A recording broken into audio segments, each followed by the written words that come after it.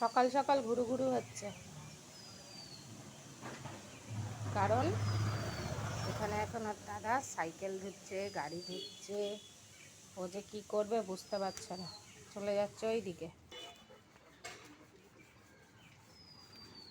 দেখো কী করছে। রাস্তা দিয়ে কেউ গেলেই লেজ নাড়াতে হয়? চিনিস তাকে তুই?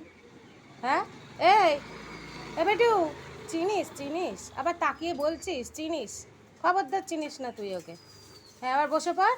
দেখ লোক দেখ, তোর তো ওই কাজ, রান্না করা নেই, বান্না করা নেই, পড়াশুনো নেই, শুধু দুধটামি করা।